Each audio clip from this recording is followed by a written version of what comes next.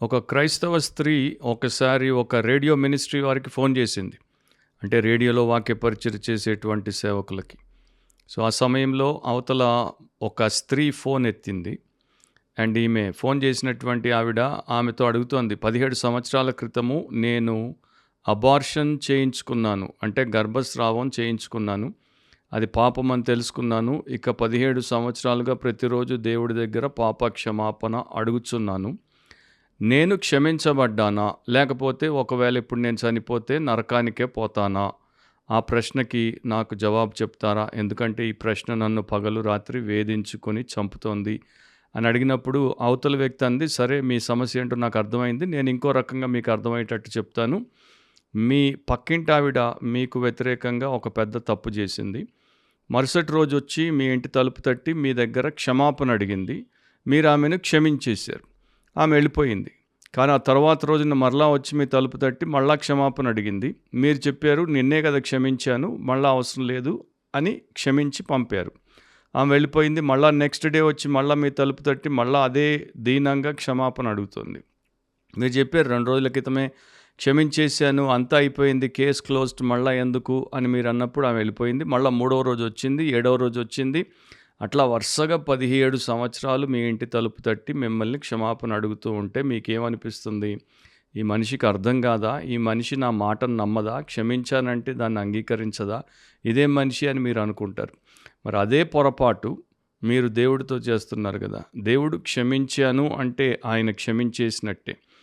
ఆయన క్షమించుటకు ఏ విధానాన్నైతే వాక్యంలో మనకిచ్చాడో ఆ విధానంలో ఎవరొచ్చినా ఆయన వారిని క్షమిస్తాడు.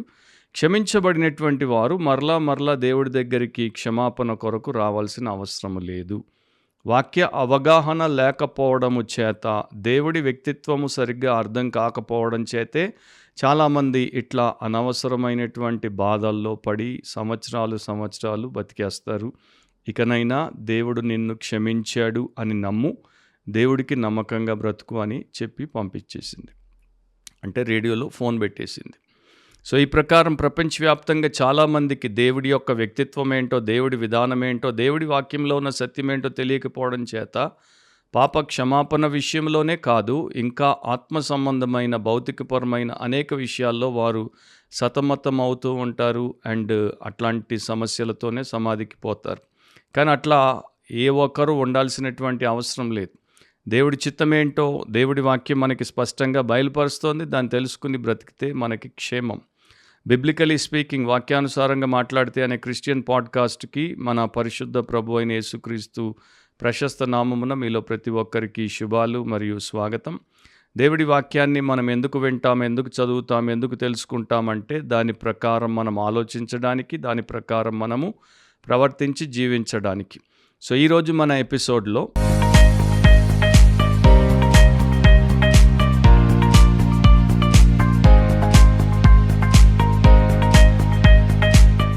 ఈరోజు మన అంశం ఏంటంటే ఫర్గివ్నెస్ ఆఫ్ సిన్, పాప క్షమాపణ అనేది, ఫర్గివ్నెస్ ఆఫ్ సిన్ అనేది ఓల్డ్ టెస్టిమెంట్, న్యూ టెస్టిమెంట్లో విస్తృతంగా మన కొరకు రాయబడిన ఒక ప్రధాన అంశం, ప్రైమరీ సబ్జెక్ట్ అన్నమాట. ఎలాబొరేట్గా అండ్ చాలా ఎక్కువగా దేవుడు దాని గురించి మాట్లాడాడు. ఈ పాడ్కాస్ట్కి మాత్రం నేను ఒక చిన్న వచన భాగాన్ని మీతో పంచుకుంటాను. 1 యోహాను 2వ అధ్యాయం 12వ వచనం నుండి 14వ వచనం వరకు. 1 John chapter 2 verses 12 through 14. చిన్నపిల్లలారా, ఆయన నామమును బట్టి మీ పాపములు క్షమింపబడినవి కనుక మీకు రాయిచున్నాను. తండ్రులారా, మీరు ఆది నుండి ఉన్నవానిని ఎరిగి ఉన్నారు కనుక మీకు రాయిచున్నాను. యవనస్తులారా, మీరు దుష్టుని జయించి ఉన్నారు కనుక మీకు రాయిచున్నాను. చిన్నపిల్లలారా, మీరు తండ్రిని ఎరిగి ఉన్నారు కనుక మీకు రాయుచున్నాను. తండ్రులారా, మీరు ఆది నుండి ఉన్నవానిని ఎరిగి ఉన్నారు కనుక మీకు రాయుచున్నాను. యవనస్తులారా, మీరు బలవంతులు, దేవుని వాక్యం మీ యందు నిలుచుచున్నది.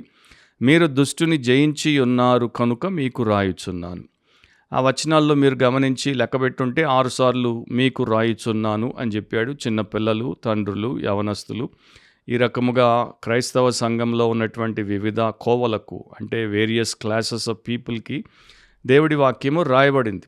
దేవుడి వాక్యం రాయబడినప్పుడు దేవుడి వాక్యాన్ని మనము చదవడము, దాన్ని మనము ధ్యానించడము, దాన్ని బోధించినప్పుడు, మంచి దైవ సేవకులు బోధించినప్పుడు, విపులంగా వివరించినప్పుడు దాన్ని గ్రహించడము, దాన్ని అంగీకరించడము, విశ్వసించడము, జీవించడము మన యొక్క ధన్యత. కానీ చాలామంది వాక్యము రాయబడింది అన్న సంగతి వారి బైబిళ్లను వారు ముందు పెట్టుకున్నా, బ్యాగ్లో పెట్టుకున్నా, లేకపోతే పట్టుకొని తిరిగినా వారు తెలుసుకున్న దాన్ని చదవరు, బోధ చేస్తున్నప్పుడు వినరు, దాన్ని గ్రహించరు. కనుక వారి జీవితంలో వారు అధ్వాన్న స్థితిలో బ్రతకాల్సి వస్తుంది. ఇక్కడ భక్తుడైనటువంటి యోహాన్ ఏమని రాస్తున్నాడు? మీరు 12వ వచనాన్ని గమనిస్తే ఈరోజు మనం అదే వినబోతున్నాం. చిన్నపిల్లలారా, ఆయన నామము బట్టి మీ పాపములు క్షమింపబడినవి కనుక మీకు రాయుచున్నాను. సో వీరికి ఏం చెప్తున్నాడు? ప్రాథమిక సత్యాన్ని చెప్తున్నాడు. చాలా గొప్ప సత్యాన్ని చెప్తున్నాడు. ఒక మనిషి జీవితపు రూపురేఖలను మార్చేటటువంటి సత్యాన్ని చెప్తున్నాడు. వాడు పాత రోత సృష్టి నుండి నూతన సృష్టిగా, నవీన స్వభావం కలిగినటువంటి నూతన సృష్టిగా మార్చబడ్డాడు అన్న సత్యము ఎప్పుడు అందుబాటులోకి వస్తుంది, లేకపోతే ఎప్పుడు పరిగణలోనికి తీసుకోబడుతుందంటే అతని పాపము, ఆమె పాపములు దేవుడి చేత క్షమింపబడినప్పుడు.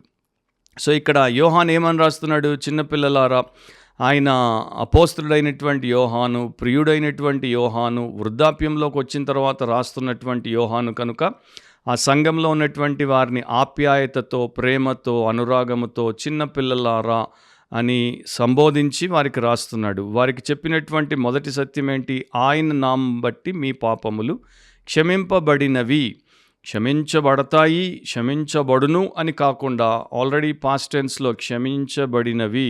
పాపక్షమాపణ మీకు దేవుడిచ్చాడు కనుకనే మీరు పరిశుద్ధులయ్యారు. పాపక్షమాపణ మీకు దేవుడిచ్చాడు కనుకనే మీరు క్రైస్తవులయ్యారు. పాపక్షమాపణ దేవుడు మీకు ఇచ్చాడు కనుకనే దైవ సంబంధులు, ఆత్మపూర్ణులు, సంఘంలో బిడ్డలయ్యారు. నాకు మీకు సంబంధం ఏర్పడింది అన్నట్టుగా చెప్తున్నాడు.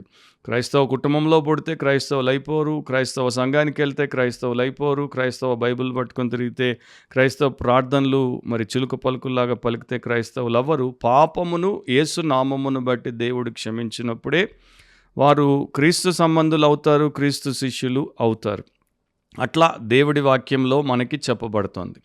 సో క్రైస్తవులందరికీ ఉన్నటువంటి ఒక కామన్ బ్లెస్సింగ్, అంటే సామాన్యమైనటువంటి ఆశీర్వాదం ఏంటి? ప్రతి ఒక్కరూ వేసే మొదటి అడుగు ఏంటి అంటే పాపక్షమాపణ.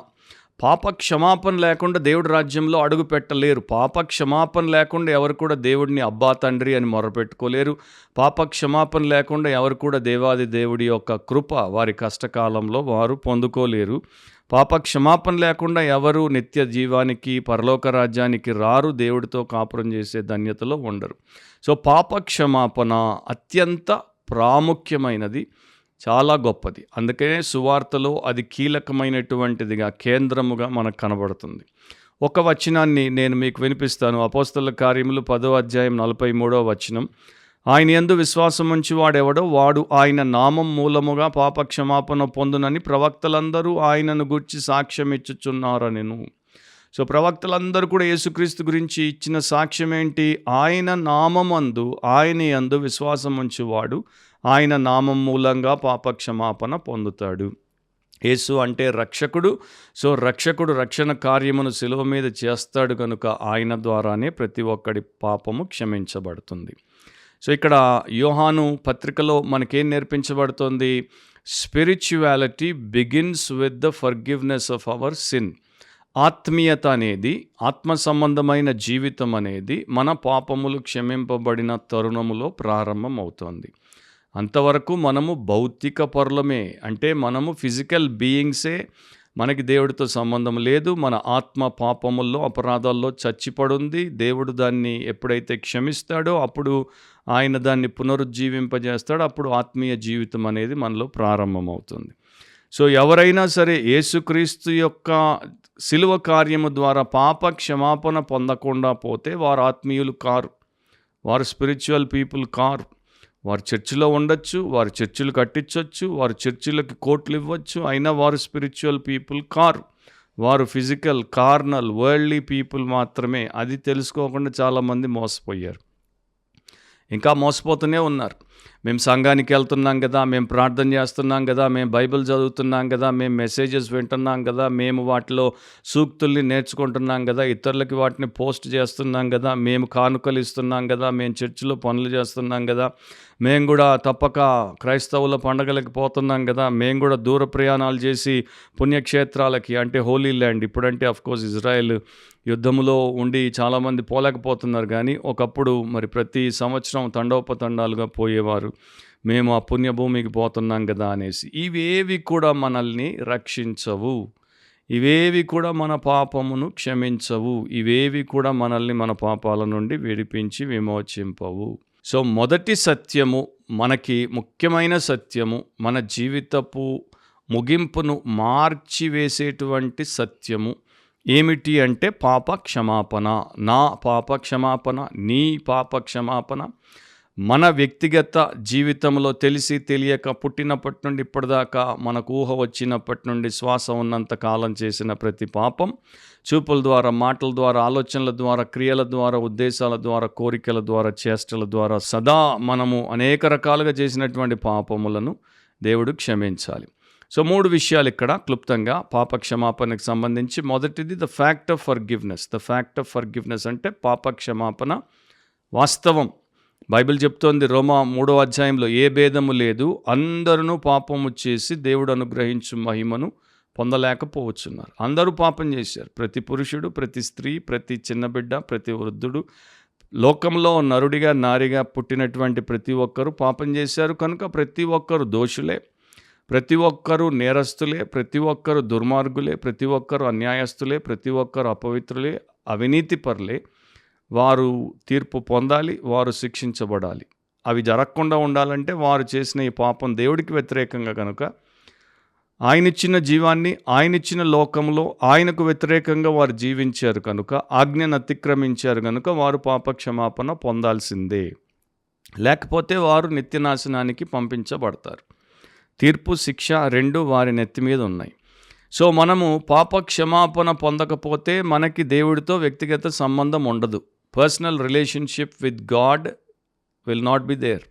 రెండవది ఏంటి, మనము పాప క్షమాపణ పొందకపోతే దోషారోపణ మన హృదయాలను పిండి పిప్పి చేస్తూ ఉంటుంది కనుక మనకి పీస్ ఉండదు, నెమ్మది ఉండదు, సమాధానం ఉండదు, మనము ధైర్యమును కలిగి ఉండలేం. మూడవది, మనకు పాప క్షమాపణ లభించకపోతే మనం ఎంతకాలం బతికినా పాపులముగా పాపిష్టి విషయాల కొరకే బ్రతుకుతాం. మనకి జీవితంలో ఒక సదుద్దేశం ఉండదు, పర్పస్ ఉండదు.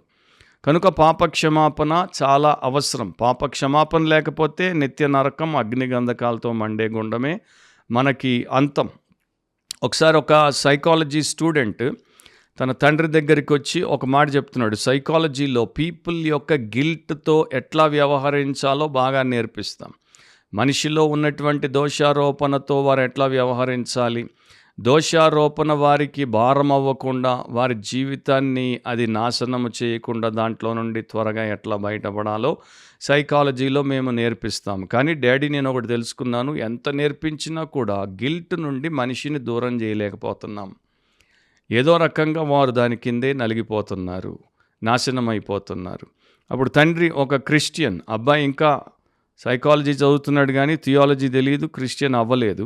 సో తండ్రి ఒక క్రిస్టియన్ కనుక అన్నాడు, మీరు 100 ఏళ్ళు సైకాలజీ నేర్పించినా అది పనిచేయదు కుమారుడా, ఎందుకంటే దాంట్లో ఆ శక్తి లేదు, మనిషిని గిల్ట్ నుండి అది తీయలేదు, ఏది తీయలేదు. యేసుక్రీస్తు ప్రభు చేసినటువంటి శిలువ కార్యంలో ప్రాయశ్చిత్తం చేశాడు పాపాలకి, కనుక ఆయన ఒక్కడే దాని నుండి వారిని వేరు చేయగలడు. అంతవరకు ప్రతి ఒక్కరూ గిల్టీయే, అంటే దోషులే. దోషము నుండి వేరు చేయలేం. దోషం నుండి వేరు కాకపోతే దోషారోపణ అనేది నిత్యము ఉండనే ఉంటుంది. ఒక దోషిని క్షమించగలిగినటువంటి ఏకైక వ్యక్తి దేవుడే. మరో వ్యక్తి, మరో వ్యవస్థ, మరో విధానం లేనే లేదు. అందుకే యేసు నామమున మానవుడి యొక్క పాప క్షమాపణ కలగాలి. కానీ ఈ రోజున ప్రపంచవ్యాప్తంగా క్రైస్తవ లోకంలో మనము చూసేది, గమనించేది ఏంటి అంటే, పాప క్షమాపణ గురించి బొత్తిగా మనము ఎక్కువ వినము, ఎక్కువ బోధించేవారు తగ్గిపోతున్నారు, దాని గురించి పట్టించుకునేవారు తగ్గిపోతున్నారు, దాని గురించి లెక్క చేయనటువంటి వారు పెరిగిపోతున్నారు. పాప క్షమాపణ అనేది లేకుండా ఆత్మీయులముగా మారిపోదామన్నటువంటి ఒక రకమైనటువంటి అబద్ధపు భ్రమలో మనుషులు పడిపోయారు. సో మన సంఘాలకు వచ్చేటువంటి వేలు, లక్షలు, కోట్లు ప్రపంచ క్రైస్తవ్యంలో ఉన్నటువంటి చర్చెస్ అన్నిట్లో ఆదివారం హాజరయ్యేటువంటి వారు లెక్క తీసుకుంటే దాంట్లో అందరూ స్పిరిచువల్ కాదు. అంటే అందరూ ఆత్మీయులు కారు, అందరూ దేవుడి సంబంధులు కారు. ఎందుకంటే అందరూ పాపక్షమాపణ పొందిన వారు కారు.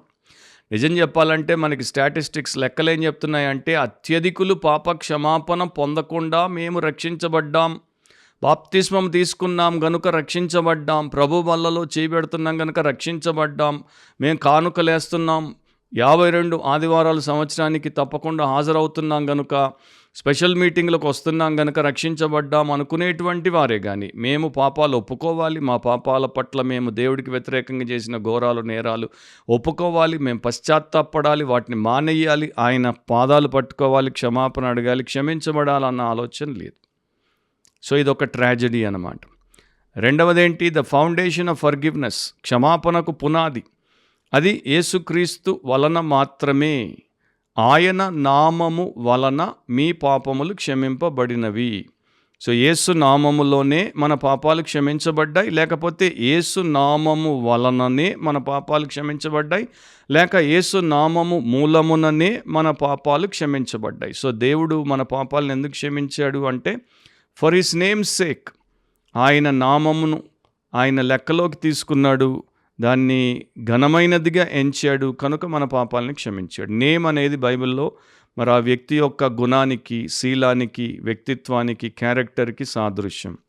సో యేసు నామం అంటే యేసు స్వభావానికి, యేసు వ్యక్తిత్వానికి, యేసు అనేటువంటి ఆయనకి అది సాదృశ్యం. సో ఆయనను బట్టి మన పాపాలు క్షమించబడ్డాయి.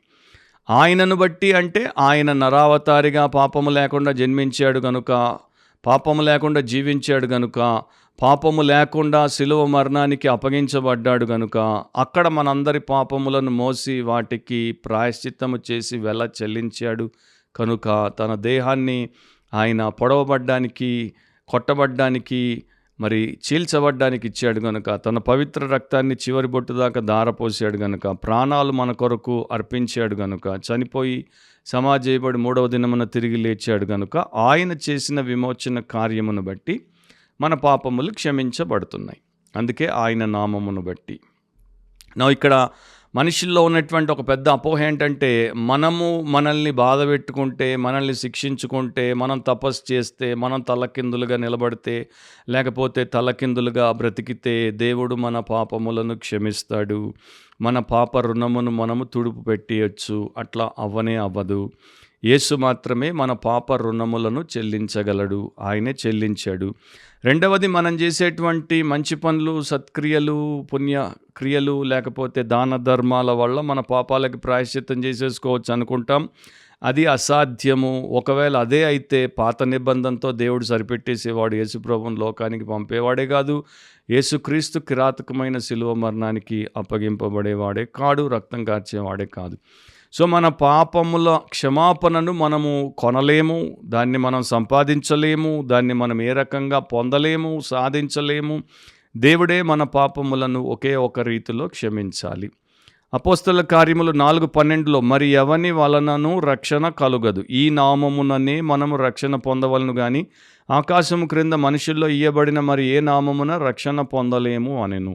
సో యేసు నామములోనే పాపక్షమాపణ, ఆత్మరక్షణ. ఎఫెసీ 1:7 దేవుని కృపా మహదైశ్వర్యమును బట్టి ఆ ప్రియుని యందు ఆయన రక్తము వలన మనకు విమోచనము, అనగా మన అపరాధములకు క్షమాపణ మనకు కలిగి ఉన్నది. ఇంగ్లీష్ బైబిల్లో ఎట్లా ఉంటుందంటే, in him we have forgiveness for hour sin. ఆయనలో మన పాపములకు క్షమాపణ అందుబాటులోకి వచ్చింది. కొలస్సీ 1:14 ఆ కుమారుని యందు మనకు విమోచనము, అనగా విమోచన అంటే ఏంటి? పాప క్షమాపణ కలుగుచున్నది. సో యేసుక్రీస్తు అను దేవుడి కుమారుడిలోనే మనకు పాప క్షమాపణ. ఇక ఈ 1 యోహాను 2:2 చూస్తే ఆయనే మన పాపములకు శాంతికరమై ఉన్నాడు. మన పాపములకు మాత్రమే కాదు, సర్వలోకమునకు శాంతికరమై ఉన్నాడు. సో ఎన్ని మతాలున్నా, ఎన్ని జాతులున్నా, ఎంతమంది ఎన్ని రకాలైనటువంటి భక్తి శ్రద్ధలు, ఎన్ని విధానాల్లో వ్యవస్థలకు ఇచ్చినా అందరికీ శాంతికరము యేసుక్రీస్తు ఒక్కడే. అంటే అందరూ మానవులు యేసుక్రీస్తు నామములోనే రక్షించబడాలి. ఎందుకంటే ఈ లోక పాపమును మోసుకొని పోయిన దేవుడి గొర్రెపిల్ల ఆయనే. లూకా 24:47 ఇట్లా ఉంది, యెరూషలేము మొదలుకొని సమస్త జనములలో ఆయన పేరట మారు మనసును పాప క్షమాపణయు ప్రకటింపబడుననియు రాయబడి ఉన్నది. సో యెరూషలేములో ప్రారంభమైంది. ఆది అపోస్తలుల సమయం నుండి ప్రభు చెప్పినప్పటి నుండి ప్రారంభమైంది. అండ్ ఏమైంది? యెరూషలేము నుండి సమస్త జనముల్లో ప్రపంచం అంతటా నలుమూలల యేసుక్రీస్తు పేరట మారు మనసు పాప క్షమాపణ ప్రకటించబడతాయి అని రాయబడింది. సో ప్రపంచంలో అత్యధికముగా ప్రకటించబడాల్సినటువంటి 2 అంశాలు ఏంటి? Repentance and forgiveness of sin, పాప క్షమాపణ, మారు మనసు. ఇప్పుడు అవి అత్యధికముగా ప్రపంచంలో ప్రకటించబడుతున్నాయా? బొత్తిగా లేదు. జనాభా పెరిగిపోతున్నటువంటి ఈ సమయంలో అవి ప్రకటించబడుతున్నాయా? బొత్తిగా లేదు. పాపులు పాపములో పూర్తిగా పుచ్చిపోతున్న ఈ సమయంలో అవి ప్రకటించబడుతున్నాయా? బొత్తిగా లేదు. ఏం ప్రకటించబడుతున్నాయి? పాపులను ఇంకా పెద్ద పాపులుగా చేయడానికి, పాపులను పాపములో పండితులుగా చేయడానికి, పాపులను పాప ప్రవీణులుగా చేయడానికి, పాపములో పాపులు త్వరగా పుచ్చిపోవడానికి ప్రసంగాలు చేసేటువంటి ప్రసంగికులు, అట్లాంటి సభికులతో నిండిన సంఘాలు ప్రపంచంలో పెరిగిపోతున్నాయి. మారు మనసు అండ్ పాప క్షమాపణ చాలా అరుదుగా వినబడుతోంది. అవసరమైనవి మటుమాయమైపోయాయి. కనుక ఏమవుతుంది? మనుషులు ఇంకా ఇంకా పాపులైపోతారు, నాశనం అయిపోతారు. జాన్ బన్యన్ అనేటువంటి ప్యూరిటన్ భక్తుడు ఒక అద్భుతమైన పుస్తకం రాశాడు. ఆ పుస్తకం పేరు ద జెరూసలం సిన్నర్ సేవ్డ్, యెరూషలేము పాపి రక్షణ పొందెను ఆ పుస్తకం పేరు. దాంట్లో ఆయన ఏమంటాడు? క్షమాపణ అనేది, పాప క్షమాపణకు సంబంధించినటువంటి శుభవార్త మొదట యెరూషలేము అనే పట్టణంలోనే ప్రకటింపబడింది. ఎందుకంటే ఎక్కడైతే యేసుక్రీస్తు సిలువ వేయబడ్డాడో, పాప క్షమాపణ కొరకు ఎక్కడైతే ఆయన విమోచన కార్యమును చేశాడో అదే పట్టణంలో మొదటిసారి పాప క్షమాపణ ప్రకటించబడింది. తద్వారా తర్వాత ప్రపంచమంతటికి వచ్చింది అని చెప్పి ఆయన యెరూషలేము పాపి రక్షించబడెను అని ఒక పుస్తకం రాశాడు. సో మన పట్టణాల్లో, మన పల్లెల్లో, మన ప్రాంతాల్లో, మన గృహాల్లో, మన కుటుంబాల్లో పాపులు రక్షించబడాలంటే పాప క్షమాపణ ప్రకటించబడాలి. మీ సంఘాల్లో పాప క్షమాపణే ప్రకటించబడకపోతే అది సంఘమే కాదు, దానికి శిరస్సుగా యేసుక్రీస్తు బొత్తిగా లేడు. మీరు మోసపోయారు, మీరు భ్రమలో బతుకుతున్నారు, నరకానికి తొందరగా పోవడానికి దారి తిన్నగా విశాలంగా చేసేసుకుంటున్నారు అని చెప్పడానికి నాకేమీ సందేహము లేదు. సో చాలామంది ఈ యొక్క పాపములోనే బతికేస్తారు.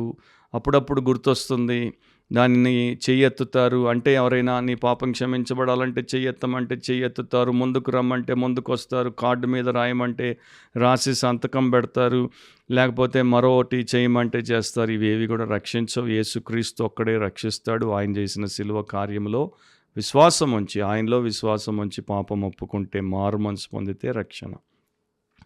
ఒక పాత భక్తుడు ఇట్లా అన్నాడు, salvation is based on the word of God, the work of Christ and the witness of the spirit.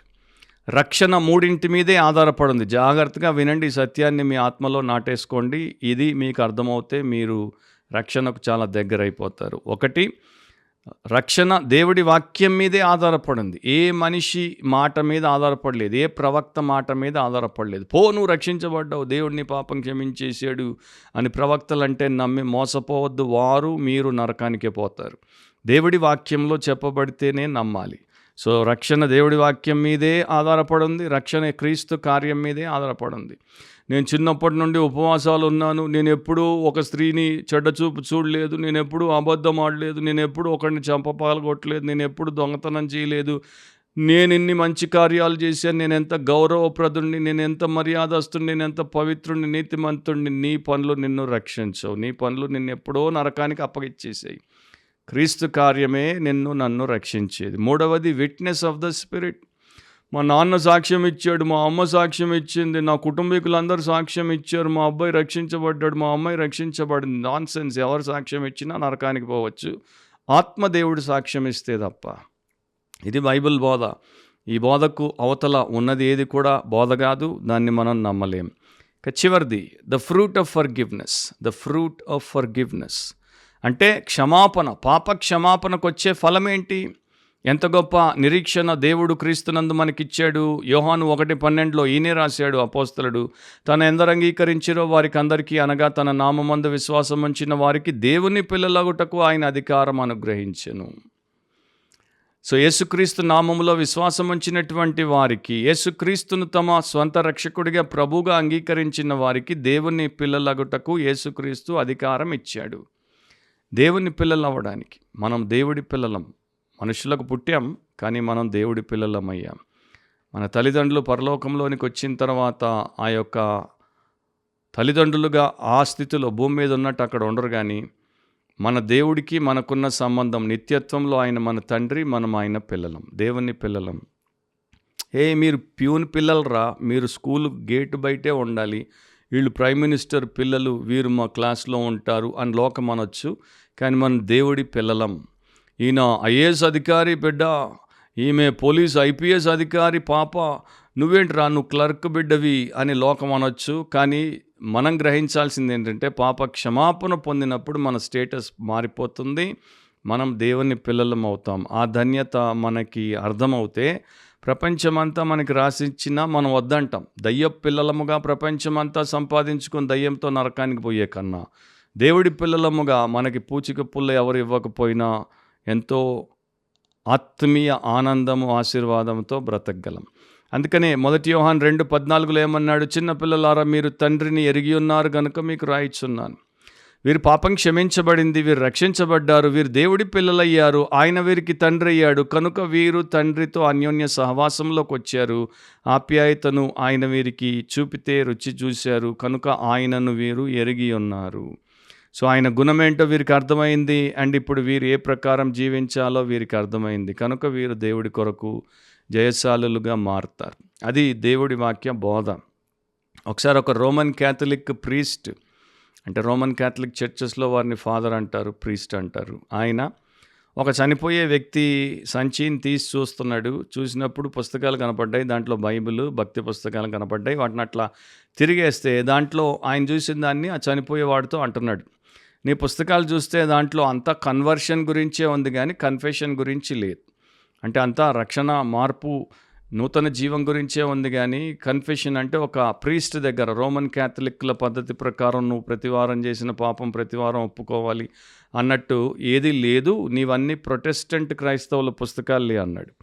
అప్పుడు పక్కనే నిలబడినటువంటి చచ్చిపోయేవాడి బంధువు అన్నాడు, అయ్యా ప్రొటెస్టెంట్ పుస్తకాలైనా ఏ పుస్తకాలైనా న్యూ టెస్టమెంట్ దేవుడిచ్చిన నూతన నిబంధన ఏం చెప్తోంది? యేసుక్రీస్తు సిలువ వేయబడినప్పుడు ఆయన పక్కన ఉన్నటువంటి దొంగ యేసు ప్రభుని ఆశ్రయించాడు, పాపక్షమాపణ పొందాడు, రక్షణ పొందాడు. వాడు అదే చేశాడు కానీ వాడు యేసు దగ్గరికి రావడానికి మధ్యలో ఒక ప్రీస్ట్ని కన్ఫెషన్కి పిలవండి అని అడగలేదు. స్టెఫను పరిశుద్ధుడు, ఆత్మపూర్ణుడు, ఆయన రాళ్లతో కూడా చంపినప్పుడు ఆయన చనిపోతూ మోకరెళ్ళి యేసుక్రీస్తుకి మరి పరలోకంలో ప్రార్థన చేశాడే తప్ప త్వరగా ఒక ప్రీస్ట్ని తీసుకొని రండి, నేను చావబోతున్నాను, నా పాపాలు కన్ఫెస్ చేయాలి అని ఆయన అడగలేదు. అని చెప్పినప్పుడు రోమన్ క్యాథలిక్ ప్రీస్ట్కి ఏం చెప్పాలో అర్థం కాలేదు. నింపాదిగా గొనిగినట్టు అన్నాడంట, ఆ పాతకాలపు సంఘం వేరులే, ఇప్పటి సంఘం వేరులే అని. అంటే ఆది అపోస్తల సంఘము, ఆ సంఘంలో వచ్చిన నూతన నిబంధన బోధ వేరు, ఇప్పుడు మా రోమన్ క్యాథలిక్ సంఘం వేరు, మా బోధ వేరు అన్నట్టుగా అన్నాడు. కానీ అది కరెక్ట్ కాదు. ఇవన్నీ కూడా దేవుడి వాక్యానికి అనుకూలంగా, అనుగుణంగా లేవు, వ్యతిరేకంగా ఉన్నాయి కనుక మనకి క్షమాపణ యేసు నామములోనే లభిస్తుంది. Confession of sin to Jesus, యేసుకి మన పాపములన్నీ ఒక్కొక్కటి ఒప్పుకొని విడిచిపెట్టడం, and conversion from Jesus, Yesu మనల్ని నూతన సృష్టిగా మార్చడం. ఇదంతా కూడా యేసుక్రీస్తులోనే, యేసుక్రీస్తు ద్వారానే. సో నీవు అట్లా రక్షించబడ్డావా? నీ ఇంటి వారు అట్లా రక్షించబడ్డారా? లేకపోతే ఇప్పుడే రక్షించబడచ్చు, సువార్త విన్నావు, పాప క్షమాపణ పొందుకో, రక్షించబడు. నీవు, నీ ఇంటివారు, నీ సంఘంలో ఉన్న ప్రతి ఒక్కరూ ప్రభు అయిన యేసు రాకడ కొరకు ఆ ప్రకారం సిద్ధపడితే మీకు నిత్యత్వం భద్రం, అండ్ మీ జీవితం ప్రస్తుతం ఒక అద్భుతమైన భాగ్యముగా ఉంటుంది. అట్లాంటి కృప దేవుడు మీకు, మీ ఇంటి వారికి, మీ సంఘాలకు అనుగ్రహించునుగాక. మరోసారి బిబ్లికలీ స్పీకింగ్, వాక్యానుసారంగా మాట్లాడితే అనే క్రిస్టియన్ పాడ్కాస్ట్లో దేవుడు మనల్ని కలిపేంత వరకు. అండ్ గుర్తుపెట్టుకోండి, మధ్య మధ్యలో బ్రేక్లు ఇస్తాను, ఎందుకంటే నాకున్నటువంటి ఇతర పరిచర్యలను బట్టి. సో ప్రతి వారం రెగ్యులర్గా ఇవి రాకపోవచ్చు, వచ్చినప్పుడు వాటిని వీక్షించండి, ఇతరులకి షేర్ చేయండి, మేలు పొందండి. ఈ మధ్య మీరు, అంటే నా యొక్క యూట్యూబ్ సబ్స్క్రైబర్స్లో కొందరు, నా చర్చ్ మెంబర్స్ నన్ను అడిగారు, మీరు కొత్త యూట్యూబ్ ఛానల్ మొదలుపెట్టారా, లాగాస్ అనేటువంటి ఛానల్లో మీ యొక్క వీడియోలు తెగ వస్తున్నాయి అంటే అది నాకు సంబంధించిన ఛానల్ కాదు. నాకున్నది ఒకే ఒక యూట్యూబ్ ఛానల్, అది నా పేరు మీదే ఉంది, బ్రదర్ పి ఉపేందర్ అని. ఇంకా లాగోస్ కావచ్చు, జెనసిస్ టు రెవల్యూషన్ కావచ్చు, ఇంకా అట్లా ఎన్ని ఉన్నాయో నాకు తెలియదు. అవేవి నాకు సంబంధం లేనటువంటివి. అండ్ వారు దాంట్లో ఏం పెడుతున్నారు, ఏం కట్ చేస్తారు, ఏం యాడ్ చేస్తారు, ఏ పేర్లు పెడతారు, అన్నిటికీ వారే బాధ్యులు.